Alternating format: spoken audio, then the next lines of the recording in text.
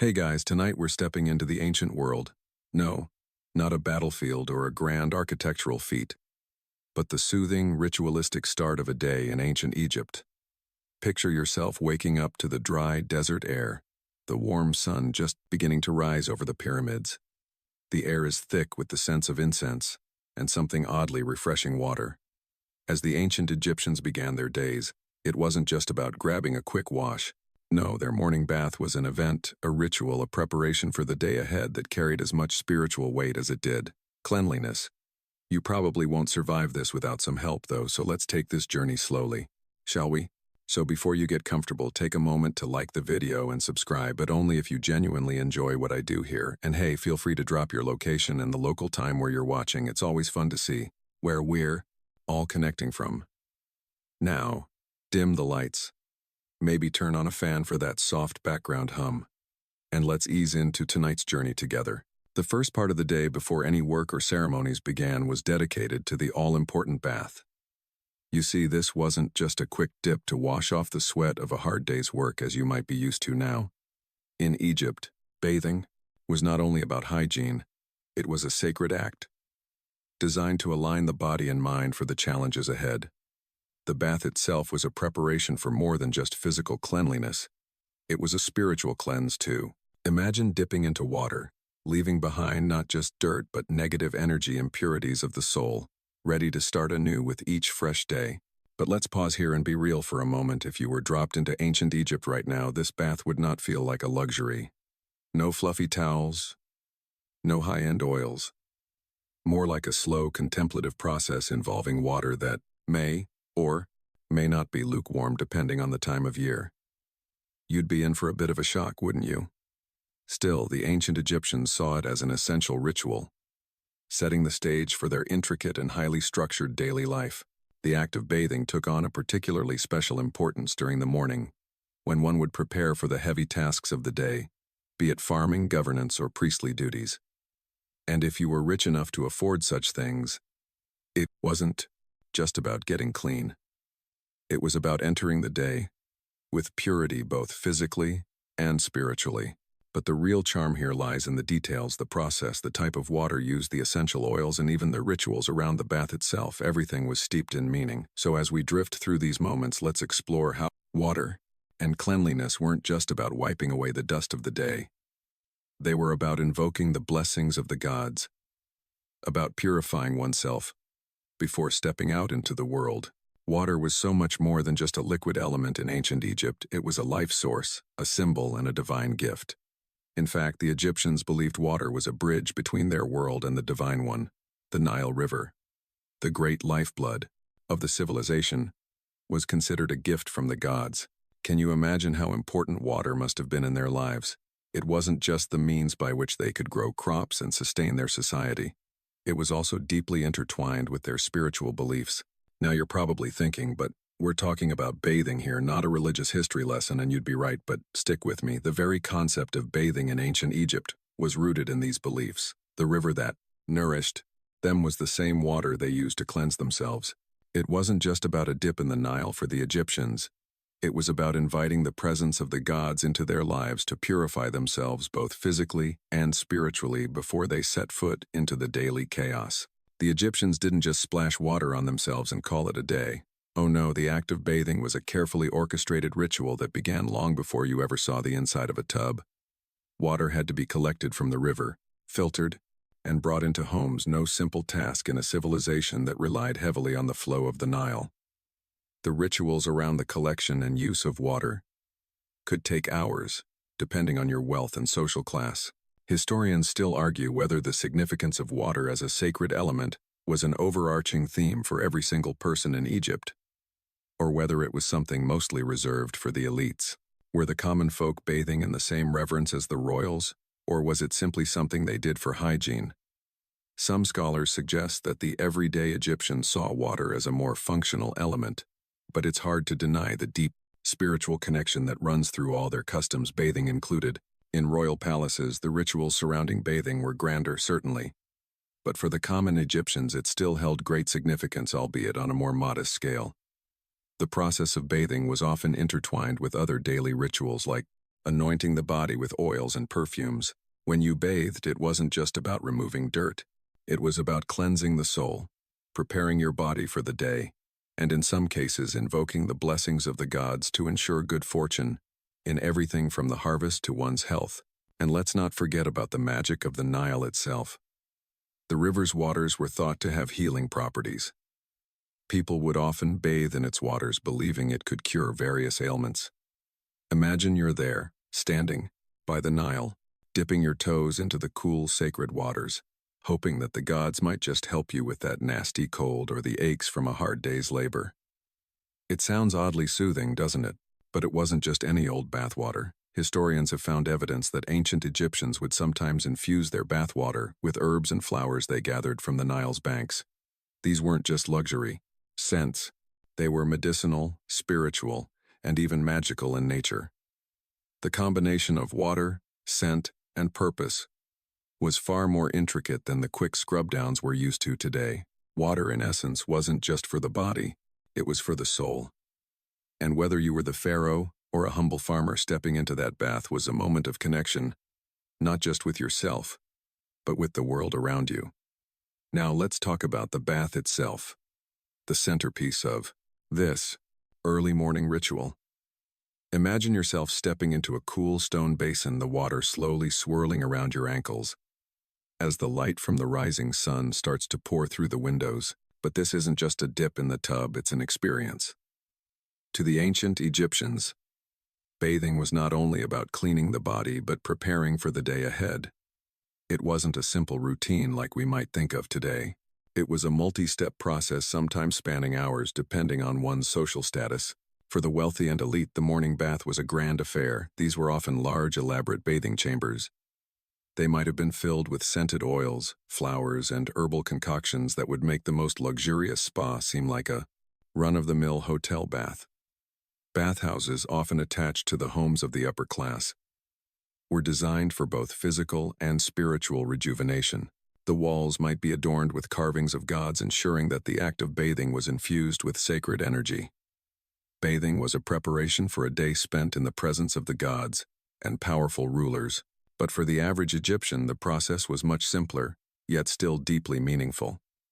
Their homes didn't come equipped with palatial bathrooms, but they had simpler methods to ensure they too could bathe in a sacred and purposeful way. A simple basin of water, often drawn from the Nile, might suffice.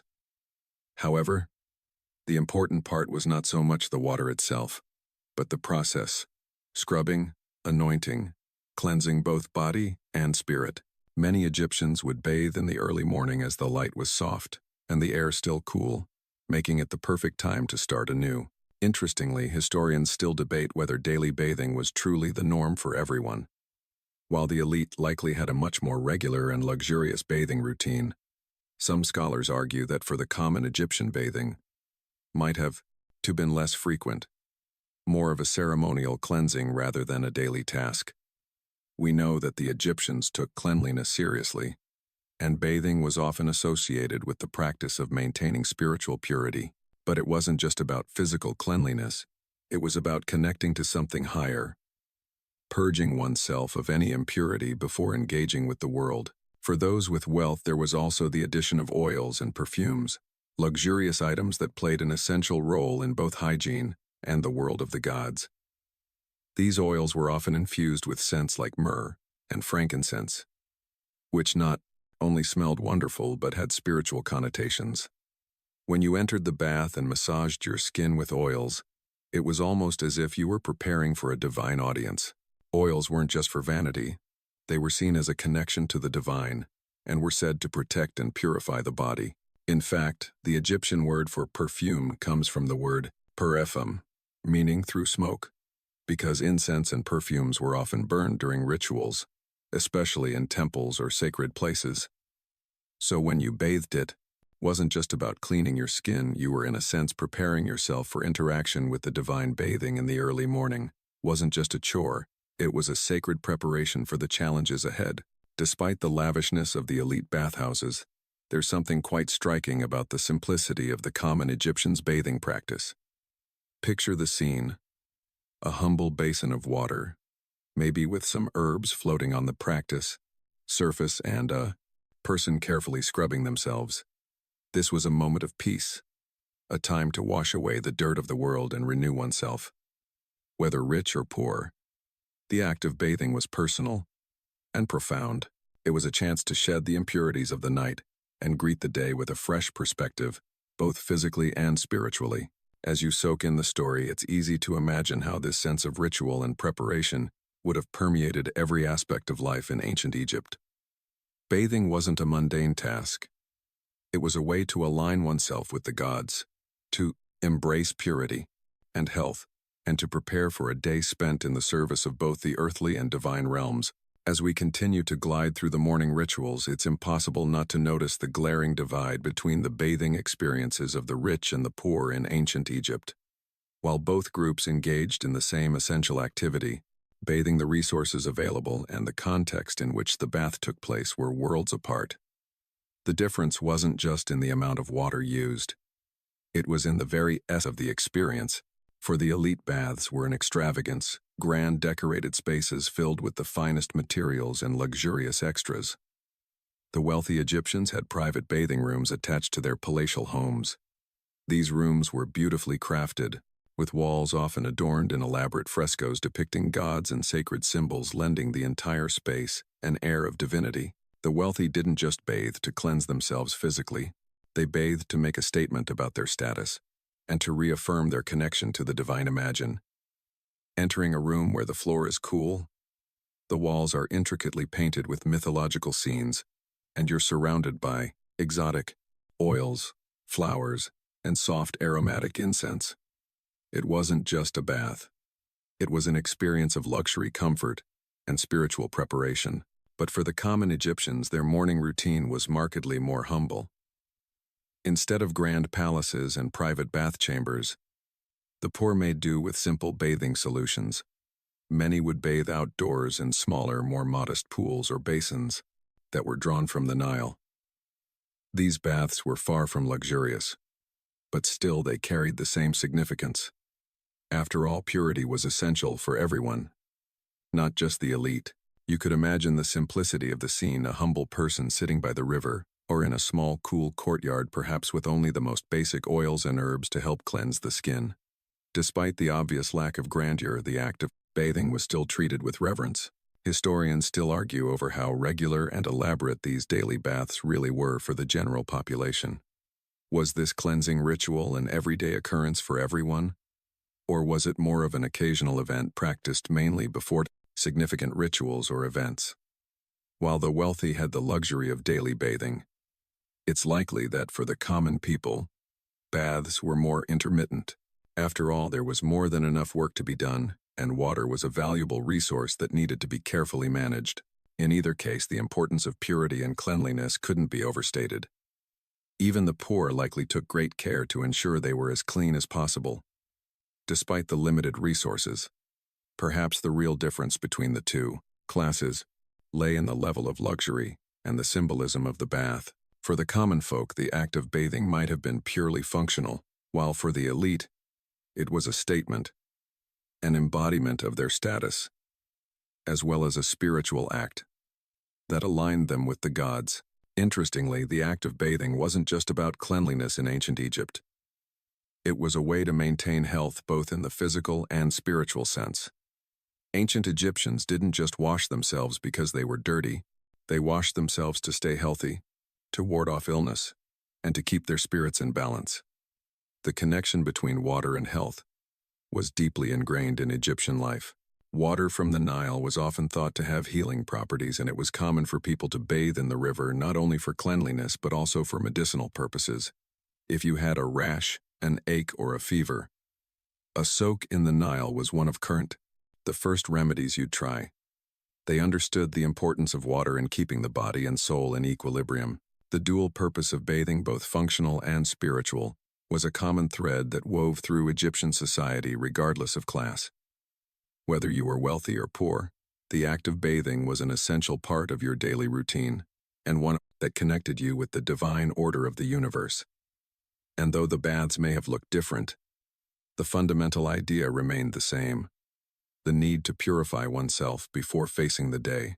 Now that we've explored the differing bathing experiences between the rich and the poor, let's zoom in on the process itself, the steps ancient Egyptians would take to prepare their bodies for a bath. This wasn't a simple jump into the water and a quick scrub, as we might imagine today. No, the process was far more elaborate, with each step carefully considered to ensure both cleanliness and spiritual renewal. For the average Egyptian, the day would begin with the simple but significant task of gathering water. Depending on your wealth and status, you either collected it from the Nile itself or had it fetched by a servant from a well or other water source. The Nile's water was especially prized, not only because it was life-sustaining but also because it was considered sacred. This river wasn't just a body of water, it was the divine gift of the gods, and many Egyptians believed it had healing properties. Imagine drawing water from the Nile in the early morning, the soft glow of the sun illuminating the rippling surface. It must have felt almost magical. Once the water was gathered, the next step involved preparing it for the bath. The water was often infused with various oils, herbs, and flowers, adding both scent and medicinal properties. Frankincense, myrrh, and lotus were popular choices, each one chosen for its fragrant, and in many cases, sacred qualities. These aromatic additions served several purposes. They weren't just there for luxury. They were believed to purify both the body and the soul. Imagine stepping into a bath filled with the soft scent of lotus, the very air around you, infused with the sweetness of divine flowers. But before you could actually submerge yourself in this beautifully aromatic water, there was a ritual of purification. Egyptians often scrubbed their skin with various substances, including natron, a naturally occurring salt that acted as a cleanser, and exfoliant. Natron, which was also used in the mummification process, helped to cleanse and refresh the skin. This scrub would have been rough but effective, an invigorating sensation that prepared the body for the relaxation that followed in the bath. Then there was the anointing process. After the body was cleaned, it wasn't enough to simply dry off. Ancient Egyptians often massaged themselves with oils to protect the skin and ensure its softness. These oils were not just for beauty, they had spiritual significance. The oils were believed to help the body retain the protection of the gods and to ward off evil spirits. The application of these oils was almost as important as the bath itself, as it was an additional layer of purification, both physical and spiritual. Historians still debate whether this elaborate bathing ritual was a daily necessity for everyone, or whether it was more of a ceremonial act reserved for special occasions. For the rich, it was likely a daily affair. The baths they enjoyed were larger and more luxurious, with a greater variety of oils, perfumes, and flowers. But for the average Egyptian, while bathing may not have been as frequent, the process was still meaningful and essential. Even in the humblest homes, water was collected with care, and every effort was made to ensure that the experience was as spiritually uplifting as it was physically refreshing. While the rich had attendants to assist with the process, the average Egyptian would have performed these steps themselves, often with the help of a family member or friend. The communal aspect of bathing, especially in the more rural areas, was not uncommon. The act of bathing could become a social event, where neighbors would share stories, offer advice, or even perform healing rituals. As part of the experience, one of the more unique aspects of Egyptian bathing rituals was the use of scrapers. Ancient Egyptians didn't rely on loofahs or sponges like we do today. Instead, they used tools made from various materials, including bronze or wood. Scrape the skin clean. These scrapers would have been rough, ensuring that the dead skin cells were thoroughly removed, leaving the body feeling fresh and invigorated. It's not the most luxurious experience by today's standards, but there was something practical and meaningful about it. This ritual wasn't merely about getting clean, it was about aligning the body, the soul, and the gods. Water, oils, and perfumes weren't just tools of hygiene. They were the vehicle through which the Egyptians sought divine protection and purification. And whether it was a grand bath or a more modest affair, the process of preparing the body for the day was an important and meaningful part of Egyptian life. As we continue our journey through ancient Egyptian bathing practices, it's time to take a closer look at the space where all this magic happened. The bathing areas themselves. When you picture an Egyptian home, you might imagine grand temples, or sprawling palaces. But for most people, the reality was more modest. Despite the differences in wealth, however, there was one constant: the idea of creating a space that was as functional as it was symbolic. For the wealthier Egyptians, bathing spaces were luxurious private retreats built into their grand homes or palaces.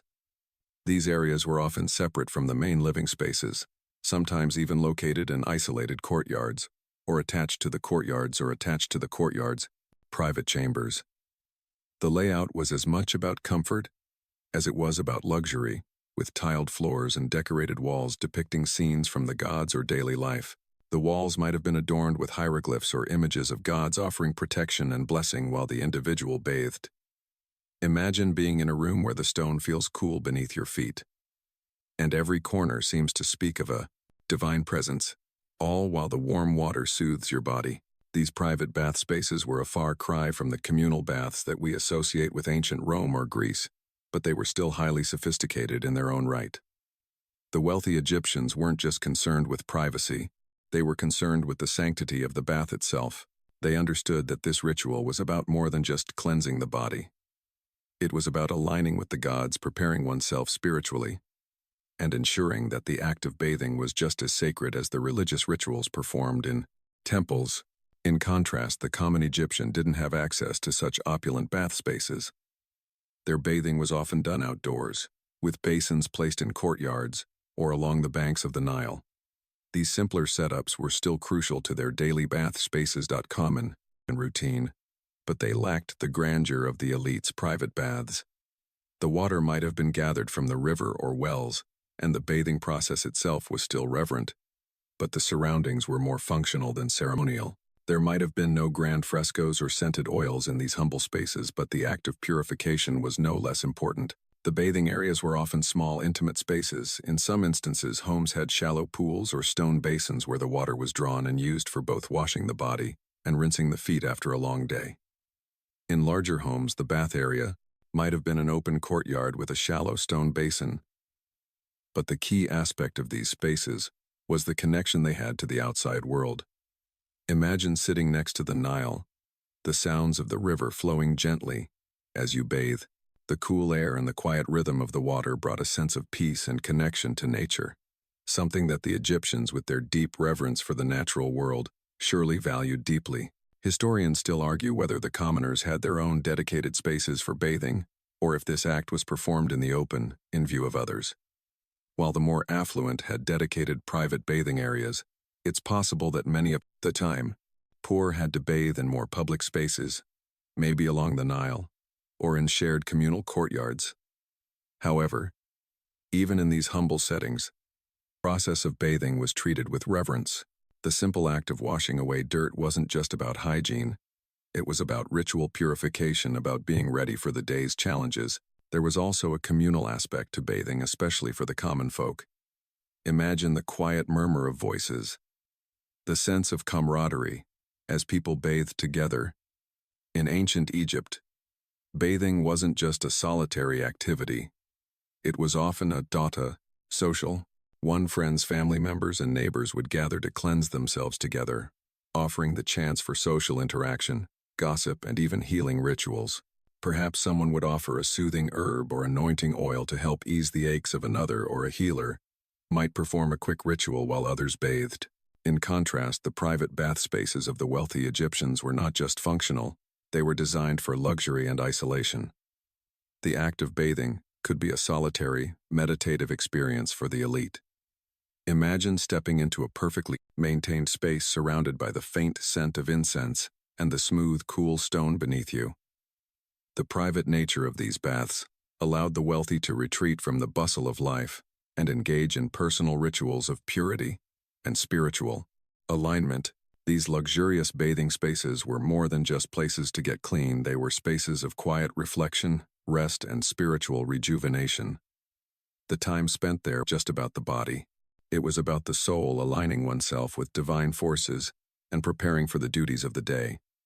The very design of these spaces reflected the importance of water, cleanliness, and ritual, showing just how deeply ingrained these practices were in the ancient Egyptian way of life. So while the common Egyptian made do with simpler settings, the elite's bathhouses stood as a testament to their wealth status and the elevated importance they placed on personal cleanliness and spiritual preparation. Bathing, no matter how simple or elaborate, was always more than just a matter of hygiene. It was about creating a space for ritual purification where the body could meet the divine. Now let's dive deeper into one of the most luxurious and intriguing aspects of Egyptian bathing: the use of scented oils and perfumes. As we've already touched upon, these weren't just simple indulgences for healthy. They were integral to both the physical and spiritual process of bathing. The use of oils wasn't just about scent. It was about protecting the body, ensuring spiritual cleanliness, and invoking the divine place. When you think of ancient Egyptian bathing, you might imagine anointing your skin with fragrant oils, but the reality is far more intricate than that. The Egyptians were known for their use of fragrant substances, and this wasn't just for luxury. Oils and perfumes were considered powerful tools in their own right. They were believed to have protective, purifying, and even healing qualities. Applying oils to the body wasn't just about softening the skin. It was about creating a barrier between the body and evil spirits, ensuring that the person was spiritually and physically protected as they moved through their day. Popular oils included frankincense and myrrh, two scents that are still widely used today for their healing properties. These oils were extracted from the resin of trees native to Egypt's surrounding regions, and were not only aromatic, but had practical uses. Frankincense and myrrh were commonly used in religious ceremonies, symbolizing a connection to the divine, and this practice extended to bathing rituals. To the Egyptians, applying these oils wasn't just about smelling pleasant, it was about creating an aura of protection and divine favor. Lotus oil was another popular addition to the bathing process, both for its scent and its spiritual significance. The lotus flower, one of the most revered symbols in Egyptian culture, represented rebirth, purity, and creation. By applying seplying, lotus-infused oil, the bathers symbolically immersed themselves in these qualities, purifying their spirits. In preparation for the day ahead, imagine the feeling of lotus oil slowly being massaged into your skin, its floral fragrance filling the air as you prepared for the tasks of the day. It's easy to see why these rituals were so important. Each oil was a part of a greater, spiritual journey, a way to align the body with the divine. The process of anointing oneself with oils was often an intimate ritual, with the Egyptians taking time to gently massage the oils into their skin. This wasn't a hurried application. It was a moment of connection with both the self and the divine.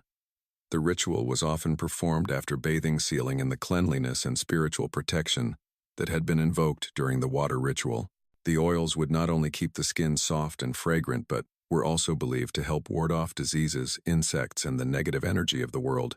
Historians still debate just how widespread the use of oils and perfumes was among the general population. Were the common people using the same oils as the elite? Or were these luxurious substances reserved for the upper classes? Some evidence suggests that the wealthy certainly had access to the finest oils, but it's also clear that the Egyptians in general valued their perfumes and oils highly. Even the most modest homes would have likely had some form of fragrant oil used to anoint the body during the morning ritual. The connection between oil's protection and purity was too important to ignore, even for the common folk. But beyond the practical uses, oils and perfumes also had a cultural significance. To the Egyptians, scent was sacred. It wasn't just about smelling good. It was about invoking the presence of the gods and inviting divine favor. The very good of our act of applying perfume or oil became a ritual of offering, an offering not only to the self but also to the gods. Imagine applying the soothing touch of oil to your skin, and with every stroke you're not just caring for your body but aligning yourself with the gods' protection. It was a daily reminder of the divine, ensuring that no matter what challenges lay ahead, the gods were with you. This sense of sacredness extended beyond personal care. It was embedded in daily life. Egyptians didn't just reserve incense and oils for special ceremonies, they used them throughout their lives. From their baths to their places of work, to their homes, Scent was a constant reminder of the prasaperchis, sacredness of life. Whether it was frankincense burning in the corner of a room or oil being massaged into the skin after a bath, these practices created an atmosphere of spiritual devotion and purity. At the royal courts, these rituals were taken to their highest expression. The pharaoh perhaps would have had attendants who massaged the finest oils into their skin, creating an almost sacred, intimate moment before they began their royal court's basilisk duties. Imagine the pharaoh, surrounded by servants, as the oils are carefully massaged into his skin, each stroke a moment of divine connection, preparing him not only for his duties as a ruler, but for his role as a living god. It's easy to see why these rituals were so revered and carried such weight in Egyptian society. At the heart of ancient Egyptian bathing rituals was an element that defined nearly every aspect of their daily lives: the Nile River. Both a practical source of water and a divine symbol, played an essential role in the bathing process. For the Egyptians, the Nile was the ultimate provider, not only nourishing their crops, but also serving as the lifeblood of their daily hygiene practices. It was believed that bathing in the waters of the Nile carried divine blessings and purification. But more than just a river, the Nile was viewed as a spiritual entity, a god in itself. The Egyptians believed that the Nile's waters were imbued with sacred qualities. It was no surprise then that the very act of bathing in the river was considered an act of communion with the gods. Imagine stepping into the flowing waters of the Nile, the cool water swirling around you as you cleanse not only your body but your spirit. The act of bathing in the river was seen as a purification ritual, aligning the bather with the divine flow of the river itself. Water from the Nile was considered to have the power to heal, to purify, and to protect. So bathing in this water wasn't just about getting clean. It was about renewing your spiritual connection to the forces that governed life and death, order and chaos. For those who lived near the Nile, this access to sacred water was a daily occurrence. They would gather the water from the river either for bathing or other essential needs. And for the more fortunate, Egyptians who lived closer to the Bragisons, riverbanks, their bathing rituals likely included immersion in the Nile itself. It wasn't just about convenience. It was about participating in the divine energy of the river. The sacred nature of the Nile was woven into nearly every aspect of Egyptian life. From the pharaohs to the common people, the river was both a provider and a purifier. Historians still debate the extent to which Egyptians relied on the Nile for their bathing needs, especially for the lower classes. While the wealthier Egyptians had access to private bathhouses with water sourced from the Nile, many of the placed with water, common people likely bathed in the river itself, possibly along the banks or in smaller pools that had been constructed near the river. Bathing by the river wasn't always a private affair. For those living near its shores, it could often be a communal event. Families, neighbors, or even entire villages might gather by the water to bathe, to wash their clothes, or even to participate in religious rituals. This communal aspect added another layer to the ritual of bathing, turning it into a social and spiritual experience. It's fascinating to consider the different ways the Nile affected the daily lives of the Egyptians. The river was a source of water, but it was also a spiritual force. The act of bathing in the Nile was deeply symbolic. It was a way of connecting to the gods, to the very essence of life. The Nile was so central to Egyptian life that it permeated nearly every part of their culture, and bathing was no exception. Bathing in the sacred waters was a way of ensuring that one's body and soul were in harmony with the forces of the universe. In contrast, for those who lived further from the river or in urban centers like Thebes, water would have had to be brought in from other sources. This was no small task, especially in ancient times, when infrastructure was not as advanced as it is today. Water was often carried in clay vessels, and it wasn't always readily available. Still, even in these more urban environments, the connection to the Nile's sacred water remained strong. Many of the oils and perfumes used in bathing were sourced from plants and herbs that grew along the banks of the Nile, further reinforcing the river's importance in daily life. But no matter where one lived, the Nile remained at the heart of Egyptian bathing culture. The idea of water as a purifier, a healer, and a divine gift was so ingrained in Egyptian culture that even today, when you think of ancient Egypt, it's Hard not to think of the Nile. The river was their lifeblood, the source of both physical nourishment and spiritual renewal. And for those who bathed in its waters, it was more than just a morning ritual. It was a chance to reconnect with the divine forces that governed their world. This spiritual connection to water didn't end with the river itself. Egyptians also believed in the healing properties of the waters of the Nile's many tributaries. These smaller bodies of water, while not as sacred as the river itself were, still considered valuable for purification and spiritual cleansing. Bathing in these waters was another way to receive blessings and healing energy. But there was also an interesting social aspect to this. The idea of public bathing. While the wealthy enjoyed private bath spaces, many Egyptians, particularly in rural areas, bathed in communal spaces, perhaps near the river, or in simple public baths. Here bathing became a shared activity, blending the practical with the spiritual. And as the Egyptians took these communal baths, perhaps there were whispers of prayers to the gods, requests for protection, or even simple pleasantries shared between neighbors. The Nile wasn't just a source of water, it was a source of life, and every moment spent near it, bathing or otherwise, was a moment spent in connection with the divine. Now let's shift our focus a bit and explore the role of bathing rituals in royal Egypt, particularly within the palaces of the pharaohs. The bathhouses in royal courts were the epitome of luxury, not just for their grandeur but also for the way they embodied Egypt's connection to divinity. For the pharaoh, bathing wasn't merely about cleansing, it was about preparing for an after's encounter with the gods themselves. At the heart of these royal bathing spaces were massive, intricately designed baths, sometimes even in the form of large private pools, where the pharaoh could cleanse both his body and his spirit. These spaces were anything the common people would have known. They were designed not just for comfort, but for divine connection. A ritual space meant to prepare the pharaoh for his most sacred duties. The pharaoh was viewed as a living god, and everything in his life, including his bath, had to reflect that sacred status. To bathe in royal pools was to purify oneself, but also to embody the purity necessary to rule over Egypt, the world's most powerful kingdom at the time. Unlike the common Egyptians who may have had to make do with a simple basin of water, or perhaps a small bath by the river, the pharaoh's bathing ritual was as elaborate as his position demanded. Imagine a bath chamber not just with water, drawn from the Nile, but with finely scented oils and incense filling the air with divine fragrance. The space would have been decorated with gold, lapis, lazuli, and other precious materials, creating a space that felt as though it was blessed by the gods. The pharaoh would step into the water anointed with oils and perfumes, surrounded by attendants who ensured that the ritual was performed with the utmost care. The goal wasn't simply cleanliness, it was spiritual preparation. Historians debate the exact nature of these royal bathhouses. Some argue that they were more about ritual purification for sacred ceremonies, while others believe that the pharaohs used these spaces for relaxation as well.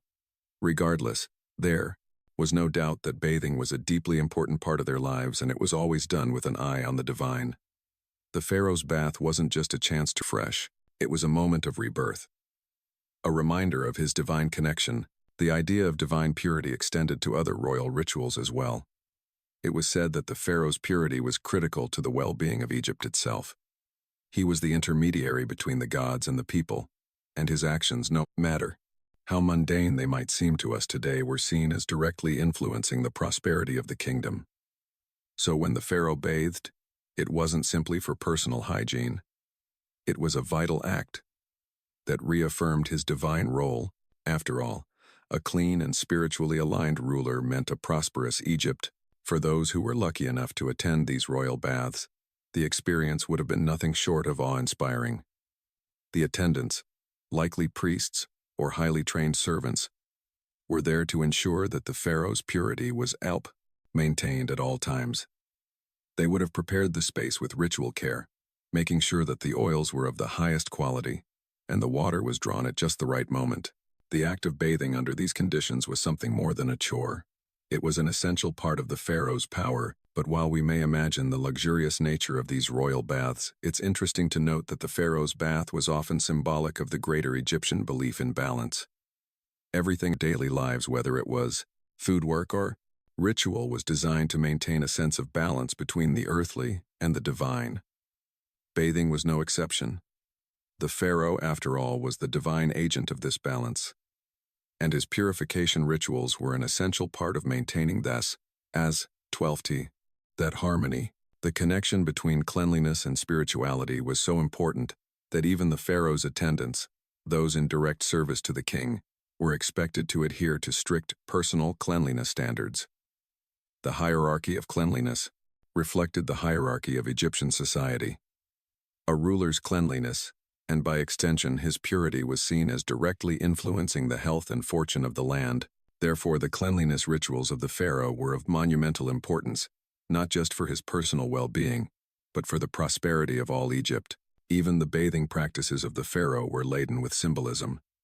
When the pharaoh bathed, he was symbolically washing away the chaos of the night, aligning himself with the cosmos and the gods.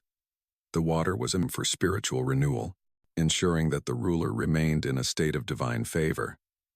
It wasn't just about cleansing dirt. It was about preparing for a day of divine duty, ready to ensure the balance of the cosmos. As the pharaoh emerged from his bath anointed with oils, his attendants would prepare him for the day ahead. His robes would be set aside, and his crown placed on his head, ready for his royal duties. The pharaoh would go on to perform sacred rituals, govern his people, and ensure the smooth running of Egypt, all while under the watchful eyes of the gods. As we move further into the realm of Egyptian bathing, let's step out of the royal palaces and into the public bathhouses. These communal spaces were often the heart of social life for the everyday Egyptians. While we typically associate bathhouses with later cultures, the Egyptians also had their version of these communal spaces, which were key to both cleanliness and socialization. Bathhouses, though far less extravagant than those in royal courts, were still places of importance for both hygiene and community interaction. For the common Egyptians, public bathhouses were often modest, humble spaces compared to the opulent royal bathhouses. These were typically small, often built near water sources like the Nile, or a well where families could gather to wash off the dust of the day. These bathhouses were places where neighbors would come together not just for cleanliness but for connection. A visit to the bathhouse wasn't just about scrubbing away the dirt of daily life. It was a social experience. Picture the scene: a small courtyard with a communal bath, the sound of people chatting, the laughter of children running around, and the rhythmic sound of water splashing. The communal nature of these spaces was a departure from the private, solitary nature of modern-day baths and showers. Instead of retreating into a personal bubble, the bathhouse brought the community closer. But beyond the social aspects, these bathhouses had another purpose: public purification. The act of bathing in these communal spaces was not just about cleanliness, it was about spiritual renewal. For ancient Egyptians, the process of cleansing the body was intricately tied to the concept of cleansing the soul. Bathing was seen as a way to maintain harmony with both the physical world and the spiritual realm. A visit to the bathhouse was an opportunity to purify oneself, wash away impurities, and start the day or evening with a sense of spiritual balance. Historians still debate how frequently the average Egyptian visited these bathhouses. Were they a daily ritual, or were they more of an occasional luxury used when purification was needed before important ceremonies or gatherings? While the ceremonies, upper classes certainly enjoyed the luxury of private bathing rooms, public bathhouses were likely more accessible to the everyday citizen, whether daily or periodic. These spaces were important for maintaining the spiritual and physical cleanliness that the Egyptians held in such high regard. One of the most fascinating aspects of these public bathhouses was their integration with other aspects of daily Egyptian life. These communal spaces were often connected to markets or public areas, making them easily accessible for many people. The bathhouses were part of a larger social network, where people could not only purify themselves but also engage in commerce, gossip, or even seek medical advice. Bathhouses often had attendants who could provide herbal remedies or advice on personal hygiene, combining the ritual of bathing with practical health benefits. Interestingly, the communal aspect of these bathhouses mirrored the way the Egyptians viewed their relationship with the gods and each other. In ancient Egyptian culture, purity was both a personal and communal matter. As people bathed, Together they shared not only water, but also a collective understanding of the need to maintain balance and harmony in their lives, whether it was a shared ritual of purification or a chance to connect with one's neighbors. The bathhouse served as a vital part of Egyptian social and spiritual life. In some ways, these public bathhouses can be seen as an early form of communal wellness centers. While they were not as advanced as the spas or wellness retreats, we know today the Egyptians had already recognized the importance of maintaining both physical and spiritual health. The bathhouse was an essential institution in Egyptian society, serving as a place of purification, socialization, and community healing. Moreover, these communal spaces also had a special significance for women. In a society where public life was often dominated by men, the bathhouse provided a space where women could come together away from the eyes of men. It was a place where they could socialize, share news, and enjoy a rare moment of privacy and relaxation. The bathhouse therefore held a special, social, and cultural importance for women in ancient Egypt, offering both physical and emotional reprieve. Though we often think of the bath as a private personal space, the communal Egyptian bathhouses remind us of the ways in which bathing can be a shared collective experience. It wasn't just about getting clean. It was about forging connections, maintaining spiritual balance, and coming together as a community. And while we may not have communal bathhouses in the same sense today, the underlying principle of connection through shared experiences remains just as relevant. Now let's take a step back and explore a fascinating link between ancient Egyptian bathing rituals and the mummification process. You might not immediately see the connection between a relaxing bath and the elaborate preservation of the dead, but in ancient Egypt, the principles of purification and cleanliness transcended both life and death. There are interesting parallels between the way Egyptians cared for their living bodies and how they prepared their deceased for the afterlife. The process of mummification, which was both an art and a sacred ritual, had a deep connection to the idea of cleanliness. To prepare a body for the afterlife, it had to be purified and preserved, much like how an individual might purify their own body before a religious or social event. Before mummifying the body, priests would cleanse it, removing impurities and preparing it for its journey into eternity. The body would be anointed with oils similar to the oils used during bathing rituals to preserve and protect the skin. These oils, often made from frankincense, myrrh, and other aromatic substances, served to maintain the body's purity, prevent decay. Mummification was not just a physical process, it was a spiritual one, much like the cleansing rituals associated with bathing. Just as the Egyptians believed that bathing could purify the soul and align a person with divine forces, mummification process ensured that the deceased would be spiritually cleansed and preserved for their journey into the afterlife. The body was treated with the same reverence as a living person, preparing for a significant religious ritual. There are intriguing parallels between the care taken during the bathing rituals and the mummification process. Both involved anointing the body with oils, using a variety of perfumes, and applying protective substances to ensure purity, preservation. The Egyptian belief that the body must remain intact and unspoiled in order to survive in the afterlife was mirrored in the careful treatments applied to the living body in daily life. It wasn't just about hygiene, it was about ensuring the soul's survival and its ability to interact with the divine. Historians still debate how closely connected the daily bathing rituals were to the embalming processes. While we know that both practices were centered around cleanliness and purity, it's unclear whether they were seen as part of a larger, unified spiritual system, or if they were more distinctly separate. What is clear, however, is that the principles of purification, whether for the living or the dead, were paramount in Egyptian culture. Both bathing and mummification were steps in the journey toward purity, ensuring that the body could endure in this life and the next. The embalming process itself was extraordinarily complex, requiring a team of skilled priests and embalmers. First, the body would be carefully washed, and then all internal organs, including the stomach, lungs, and intestines, would be removed, often treated with resins or salts to preserve them.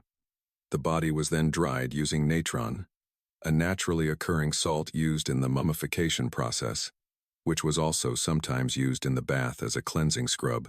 This connection between the process of cleansing the body for both life and death is quite striking. The anointing of the body with oils during mummification served a dual purpose. Not only did it protect the body from the ravages of time, but it also symbolized the spiritual protection the deceased would need in the afterlife.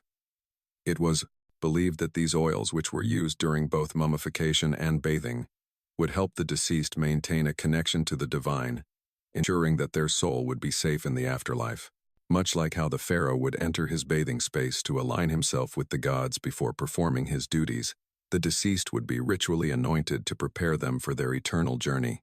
Interestingly, the Egyptians didn't see bathing as a one-time cleansing ritual. Just as the deceased was prepared through multiple stages, so too was the living body treated with care and attention. The entire process of mummification, from washing to anointing to the final wrapping, reflects the importance of ritual purification in both life and death. Whether it was for a pharaoh or an everyday person, the act of cleansing the body was tied to the belief that the soul needed to be pure, not only in this world but in the next. Bathing as a preparation for the day was an earthly counterpart to mummification, a form of spiritual preparation for the afterlife. As we consider these connections between mummification and bathing, we can see just how deeply embedded these rituals were in Egyptian life.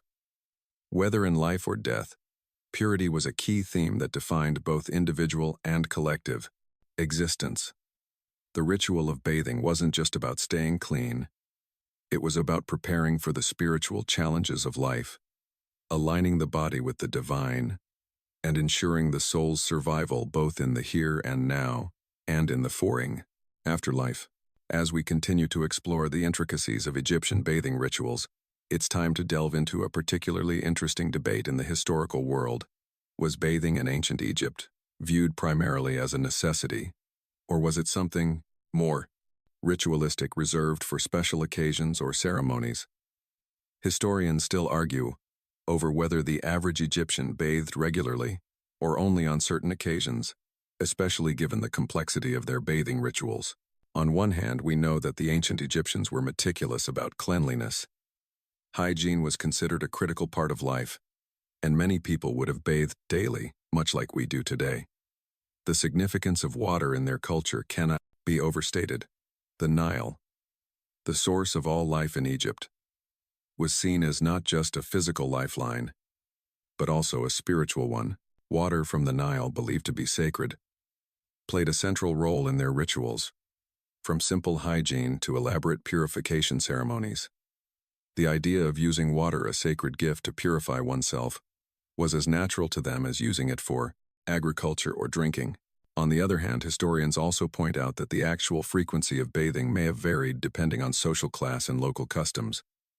For the wealthier Egyptians, daily bathing in private bathhouses was certainly more common. Bart, the two-plorer elite, had access to luxurious water systems and dedicated spaces designed for both cleanliness and comfort. These private bathhouses, often with pools filled with perfumed water and the finest oils, provided the pharaohs and their courtiers with daily purification rituals. For the common people, however, bathing might have been a more occasional event, perhaps performed only before religious ceremonies, festivals, or other significant events. With limited access to water, bathing could have been less frequent, especially in the arid regions far from the Nile. But regardless of how often the average Egyptian bathed, the importance of cleanliness was never in question. Even if daily baths weren't common for all the Egyptians, certainly took care to keep their bodies clean, and their bathing rituals were deeply ingrained in their culture. In fact, bathing was often performed alongside other purifying activities like anointing the body with oils or using natron as a cleansing scrub.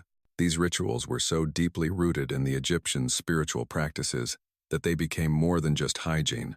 They became a way of aligning oneself with divine forces. There's another layer to this debate when you consider the role of the priesthood. Priests, who were highly regarded in Egyptian society, were expected to maintain the highest levels of cleanliness and purity. Many priests would have engaged in daily purification rituals, including bathing before performing sacred duties or rituals. This sense of spiritual purity was essential to their role as intermediaries between the gods and the people. As such, priests might have had daily access to sacred bathing spaces to prepare themselves for their religious duties. For them, Bathing was an act of spiritual devotion, preparing both body and soul for communion with the gods. For the common people, the idea of bathing as a ritualistic necessity was likely more connected to specific religious events or the need for spiritual purification before an important ceremony.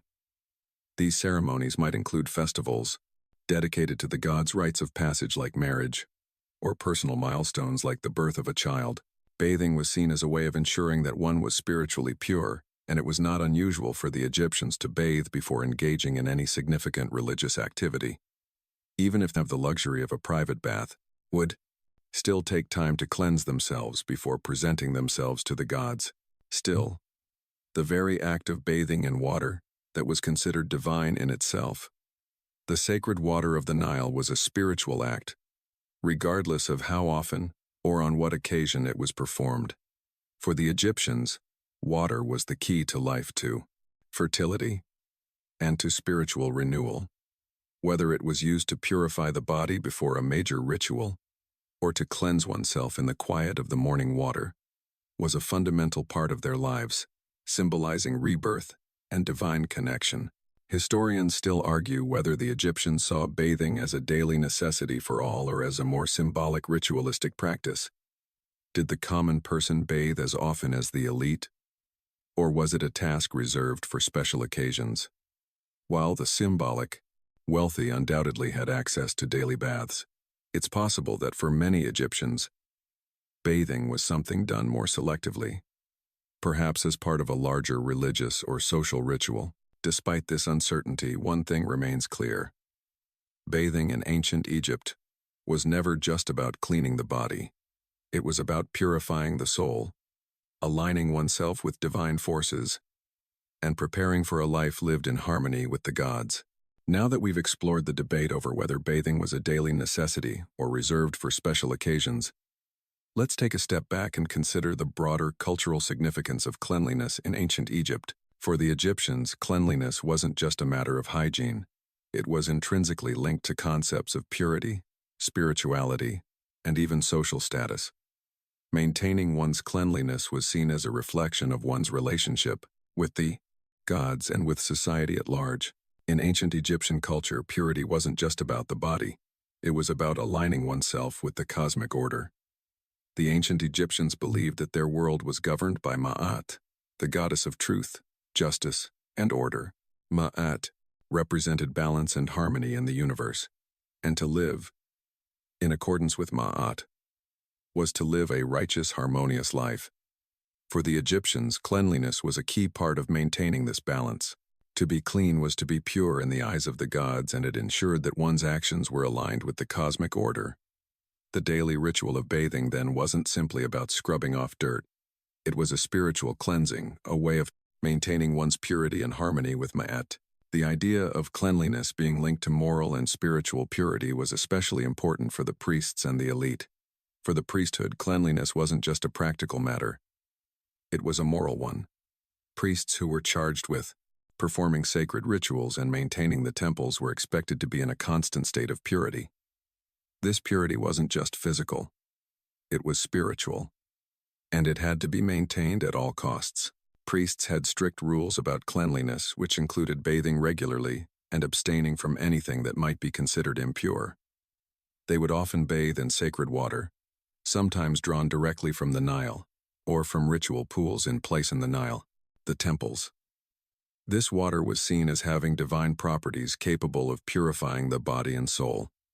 By maintaining physical cleanliness, the priests ensured that they were spiritually prepared to carry out their duties. For the elite, bathing was also a way of maintaining one's social status. The wealthier Egyptians had access to private bathhouses, which were not only luxurious but symbolic of their status and connection to the divine. A private bathhouse wasn't just a convenience. It was a mark of power, privilege, and religious purity. The elite would bathe regularly, often in pools filled with perfumed water, surrounded by attendants who would massage oils into their skin.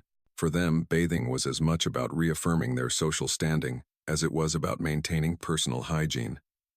It was an opportunity to display their wealth, their connection to the divine, and their role in maintaining order and balance in the world. For the common Egyptians, cleanliness still held significant meaning even though they may not have had access to the same luxury. The act of bathing, though less elaborate, was still considered a vital part of maintaining one's connection to the gods and to the community. Even if the poor bathed less frequently, they would still have performed the necessary rituals to maintain purity. Bathing, like all acts of personal care, was an expression of respect for the divine order, whether it was a quick dip in the Nile or a more elaborate ritual involving oils and perfumes. The goal was the same: to ensure that one remained in a state of spiritual cleanliness, prepared to face the challenges of daily life. What's interesting is how this emphasis on cleanliness extended beyond the physical body.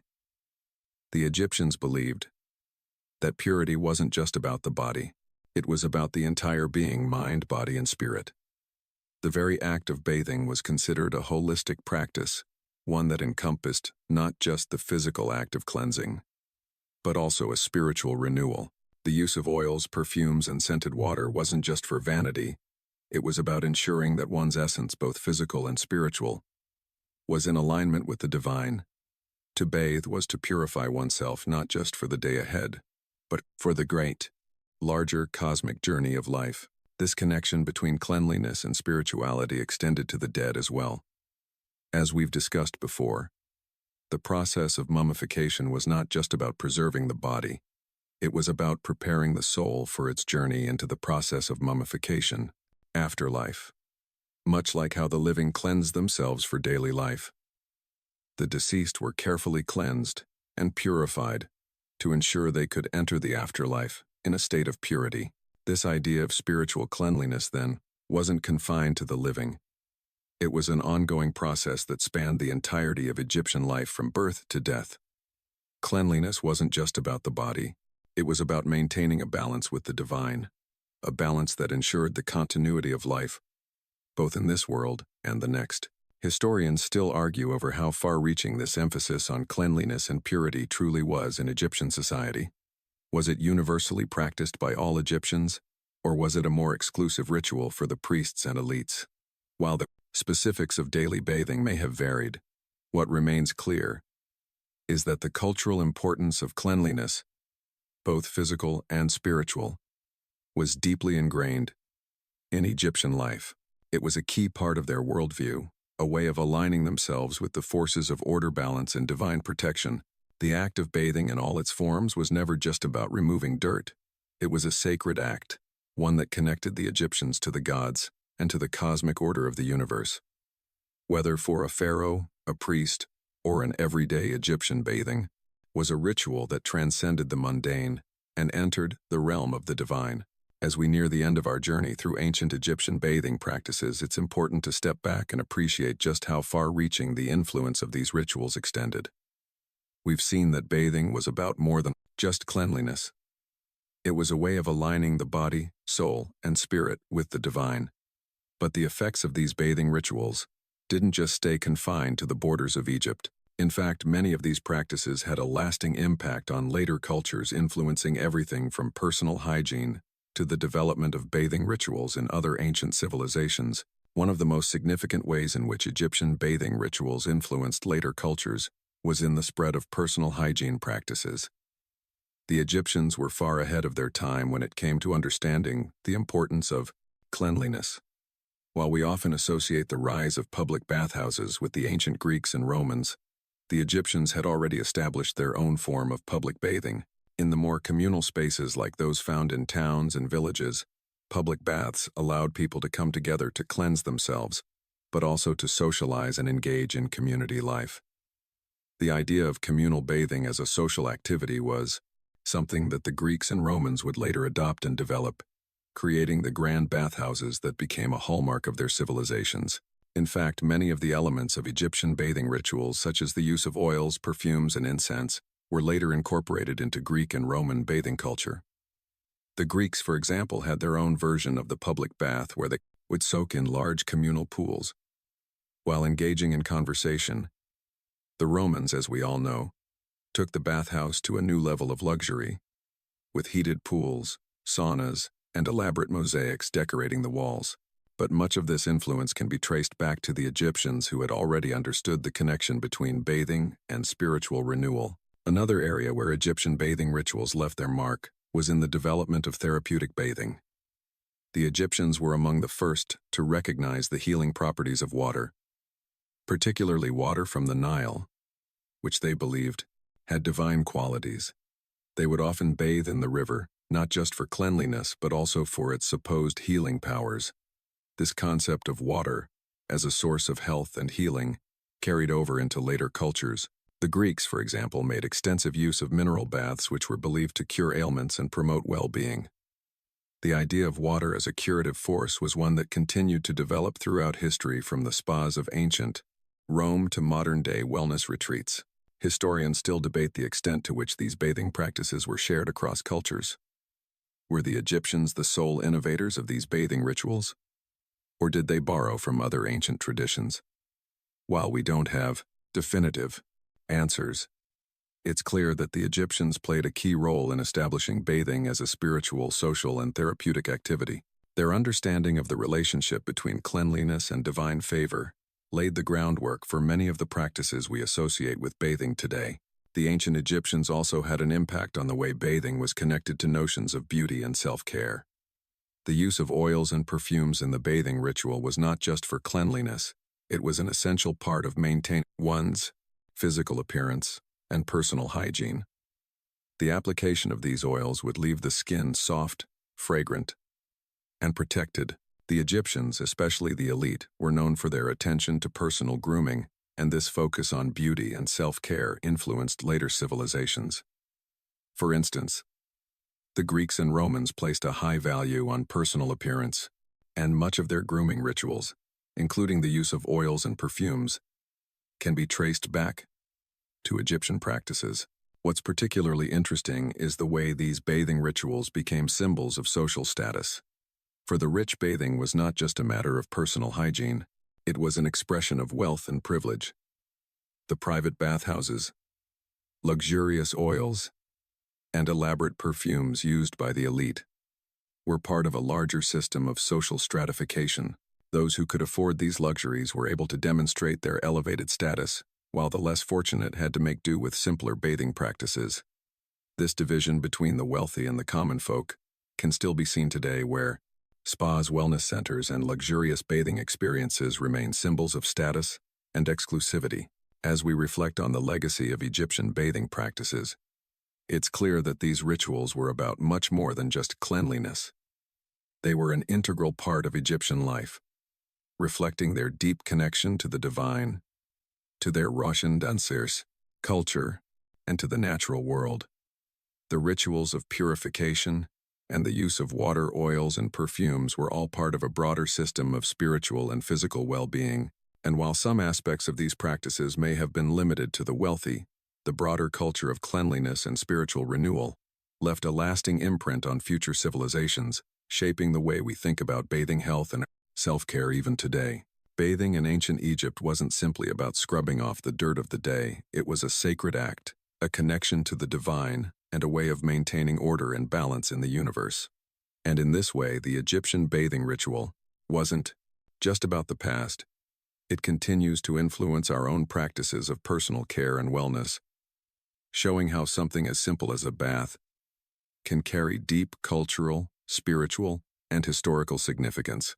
As we come to the final stretch of our journey through ancient Egyptian bathing rituals, it's time to slow down and reflect on the lasting legacy of these practices. We've explored the intricacies of how the ancient Egyptians approached bathing, from the luxurious rituals of the royal courts to the communal bathing spaces used by the general population.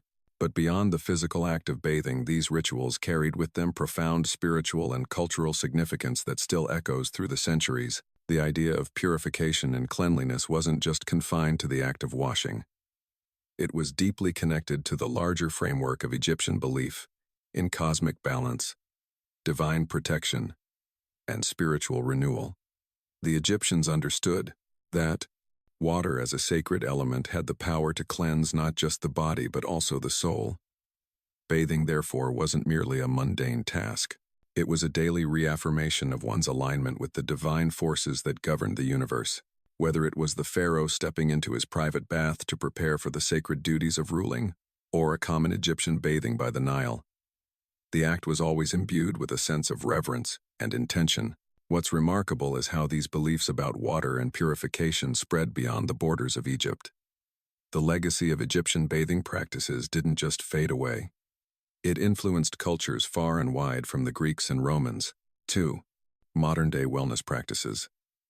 The idea of water, as a source of healing and spiritual renewal, continues to shape our attitudes toward baths, spas, and even simple daily hygiene.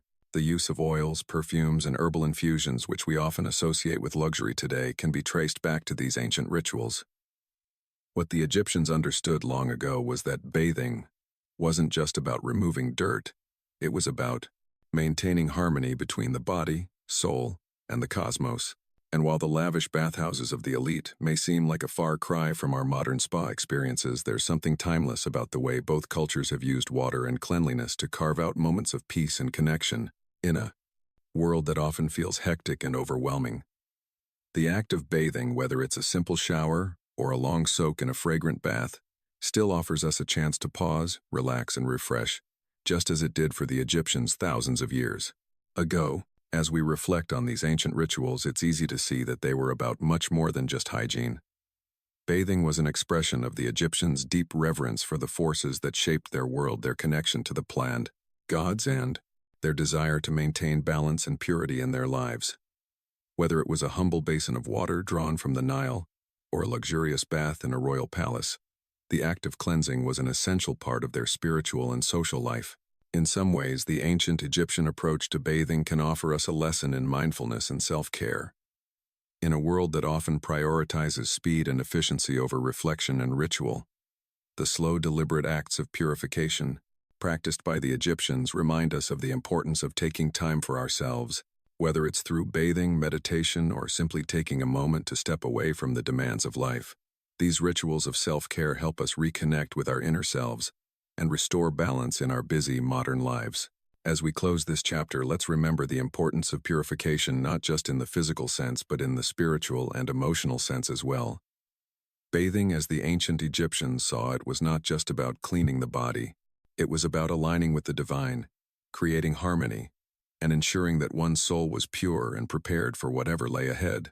And though the rituals have evolved over millennia, the underlying need for purification and balance remains just as relevant today as it was in ancient Egypt. So as you slip into your own bath or shower tonight, think about the long line of history behind this simple act. Think about how the Egyptians used water as a sacred tool to cleanse and renew themselves physically, spiritually, and the realm themselves physically, emotionally. And just for a moment, allow yourself to connect with that timeless ritual of purification. Take a deep breath. Let go of the day's stresses, and let the water wash over you, just as it did for the ancient Egyptians, preparing you for the next chapter of your own journey.